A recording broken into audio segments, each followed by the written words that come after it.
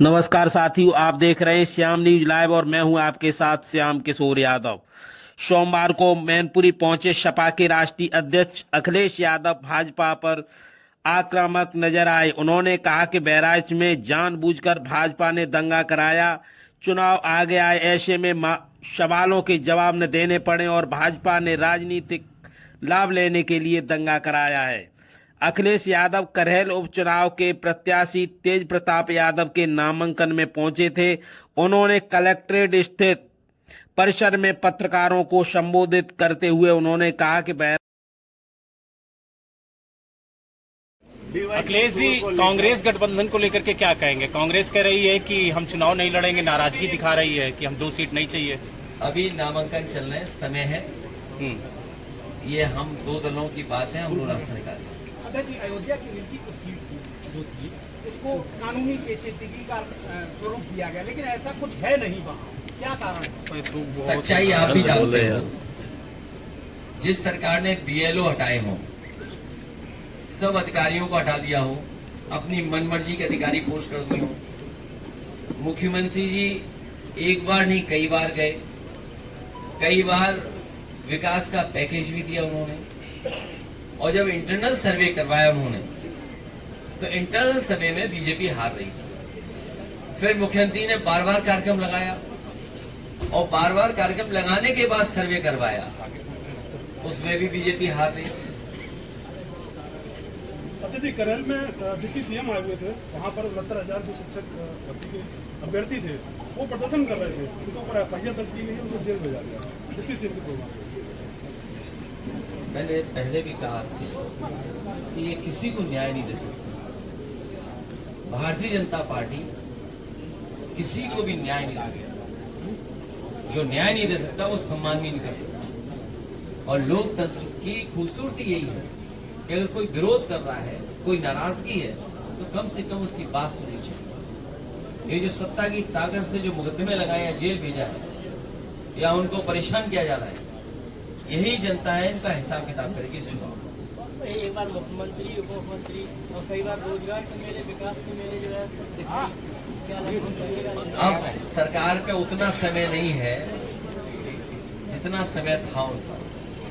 जितनी सरकार चल रही है अब उतना भी समय उनके पास नहीं है। ये सरकार जाने वाले लोगों की है।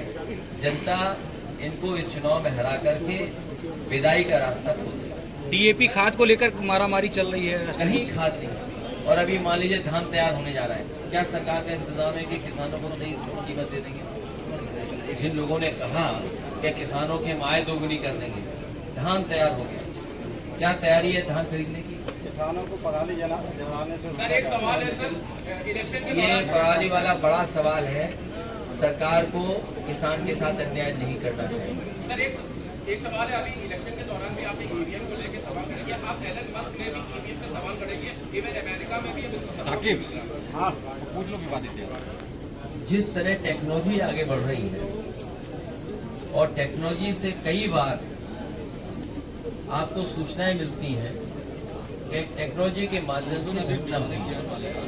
आज ही के अखबार में पढ़ा गया है और किसी अखबार में यह सूचना दी गई है कि सबसे ज्यादा घटनाएं जो आपके टेक्नोलॉजी के माध्यम से होती हैं वो सबसे ज्यादा उत्तर प्रदेश में हो रही है। चाहे वो एटीएम से टेक्नोलॉजी के माध्यम से पैसा निकालना, किसी का कार्ड मिसयूज करना, इस तरह की घटनाएं सबसे ज्यादा हो रही हैं। और एआई आने के बाद बहुत सी चीजें बदल रही हैं। जर्मनी जैसा देश जो विकसित है वो अपने यहाँ कहता है कि अगर ईवीएम इस्तेमाल होगी तो वो अनकॉन्स्टिट्यूशनल होगी। तो जब जर्मनी जैसा देश जो दुनिया में बहुत आगे है, भारत से कई मामलों में बहुत आगे है, जब वो देश ईवीएम के इस्तेमाल को अनकॉन्स्टिट्यूशनल कह रहा है तो स्वाभाविक है कि उस पर सवाल खड़े होंगे, उंगली खड़ी होगी। अखिलेश जी, ईवीएम क्या रहेगा क्या? ये विषय अभी का नहीं है। हमारी बात और समाजवादी का पक्ष में लोकसभा में भी कह चुका हूँ, वो आप देख लीजिए मैंने क्या कहा। अध्यक्ष जी, मुख्यमंत्री योगी आदित्यनाथ हर प्रचार में ये कहते हैं कि बटोगे तो कटोगे। इस तरह के बयान को आप किस तरह से देते हैं? हर प्रचार में ये यूज होता है। वो समाजवादियों को बता रहे हैं और पीडीए परिवार को कह रहे हैं कि सब लोग एक हो जाओ। केंद्र की सरकार पार्ट 3 तकनीकी की बात करते हैं और एक बम एक सूचना आ जाती है, हवाई जहाज वापस करा लिए जाते हैं और हम विदेशों में ट्रिलियन की बात कर रहे हैं। मेरे पत्रकार साथी, आपको मैं याद दिलाना चाहता हूँ, उत्तर प्रदेश के मुख्यमंत्री जी ने कहा था कि विधानसभा में आरडीएक्स आ गया है और जब उसकी जांच हुई तो पता लगा वो खैनी वाला मसाला था कि वो जो कभी कभी लकड़ी के में इस्तेमाल होता है। तो ये बात तो विधानसभा की मैं कह सकता हूँ। अब ये बम वाली बात आ रही है तो सिक्योरिटी बढ़ानी चाहिए सरकार, और सरकार की भी मंशा यही होगी कि सिक्योरिटी बढ़ जाए। आप कहाँ की सिक्योरिटी बढ़ाना चाहते हैं या डराना चाहते हैं, ये तो सरकार ही बेहतर बता पाएगी। लेकिन बड़े बड़े सवाल खड़े हो रहे हैं, बड़े बड़े सवाल खड़े हो रहे हैं। हालांकि वो समय नहीं है उन बातों को कहने का। कनाडा जैसा देश कुछ बात ऐसी कह रहा है जिससे भारत का सम्मान को ठेस पहुंच गई। अमेरिका भी वही बात कह रहा है और हम और आप लोग अखबार में कई ऐसी सूचनाएं मिल रही हैं, पढ़ रहे हैं हम लोग, जिन पर स्वाभाविक है चिंता करना पड़ेगा। अध्यक्ष जी, अभी आप बेहतर समझते हैं किन बातों को से कह रहे हैं। बीजेपी के लोग लगातार अध्यक्ष जी, अभी में जो हार मिली है उसका बदला अगर ले सकते हो तो कनाल कर ले सकते हो, और मिल्कीपुर फिर बदला ले लेगी बीजेपी से। अध्यक्ष जी, अभी प्रोफेसर साहब ने एक विवादित बयान दिया है सीजीआई को लेके, क्या उसको लेके वो माफी मांगेंगे?